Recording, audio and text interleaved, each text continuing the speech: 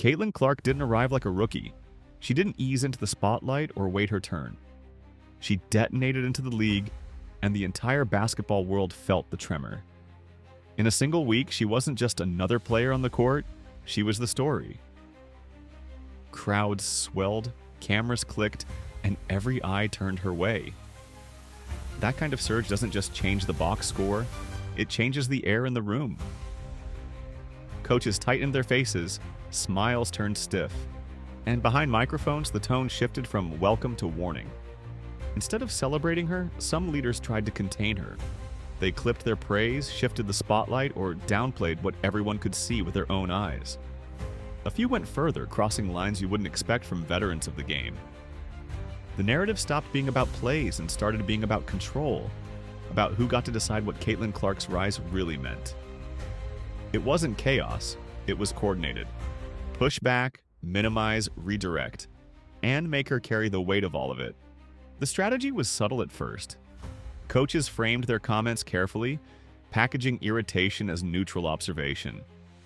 They didn't say problem, but they said different generation. They didn't say target, but they said subjective. They didn't say not good enough, but they said not ready. And in that space between the words, the disrespect was louder than the sound bites. It was a calculated move. Shrink the story, shift the lens, and make her voice the issue instead of her game. That became the theme. Rather than breaking down how to defend her reads, some voices asked whether she talks too much. The analysis drifted away from the cuts she shredded and the shots she hit, toward her tone and her presence. When a coach leads with, "she talks," you already know they're skipping the basketball part, and that choice says everything. They'd rather frame her as loud than admit she was running the floor with precision. It's easier to say chatter is the problem than to say she's dictating the game. Listen closely and you'll hear the pivot in almost every clip. "You prepare for Caitlin Clark," one coach admitted, only to immediately deflect, talking about other players, future lineups, or what the game might look like without her. It's not honest. It's a dance. You can't ignore her, so you mention her name. But you can't give her clean credit either, so you bury it under qualifiers. That's not respect. That's pride fighting with reality. Preparing for her is the truth. Pretending you didn't is the performance. And then came the question of physicality. Hard fouls, after whistle bumps, and the kind of hits that spark slow motion replays on every highlight show. Fans saw it. Players felt it. But in front of microphones, coaches called it subjective. They said best efforts. They avoided the words that carried consequences. Deny the targeting, condemn the worst moments vaguely, and hope the storm passes. It was doublespeak. Downplay it in one sentence, admit it in the next, never saying clearly what everyone else already knew. That, too, was a form of disrespect. Not just to Caitlin, but to every fan who could see the truth on replay. Some didn't even try to wrap their words. They went straight for the takedown. Hall of Fame names dismissed her fan base as delusional.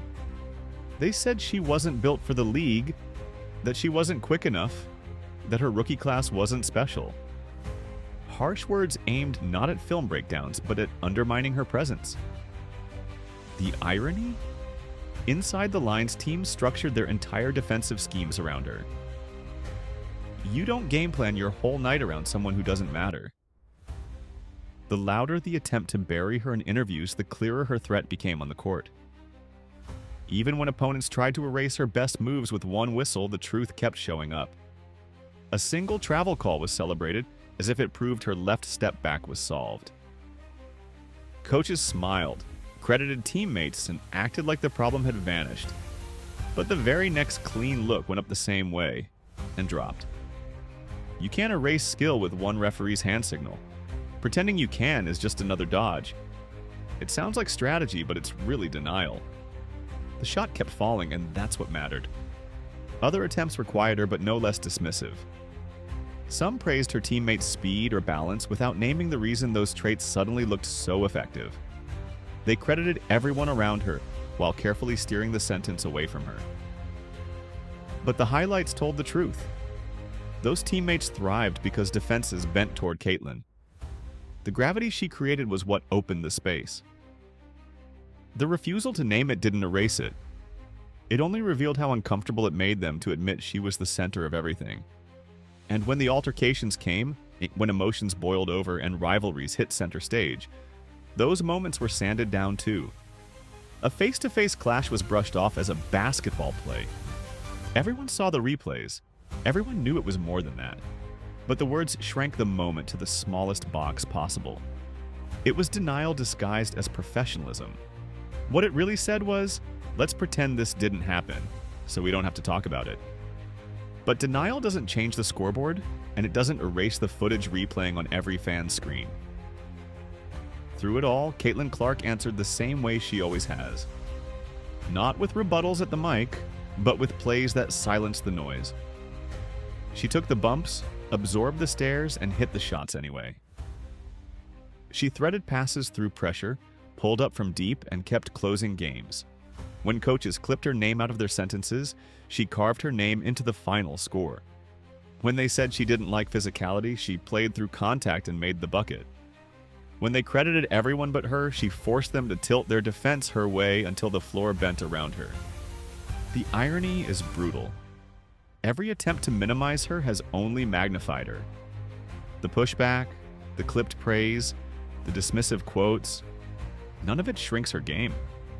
It only makes the spotlight hotter. It keeps dragging attention back to her, center court, possession after possession. Coaches can downplay, but they can't delete. Fans don't forget what they watch. They don't miss who takes the last clean look. They know who dictates the game. Caitlin Clark doesn't need their approval. She doesn't need their words.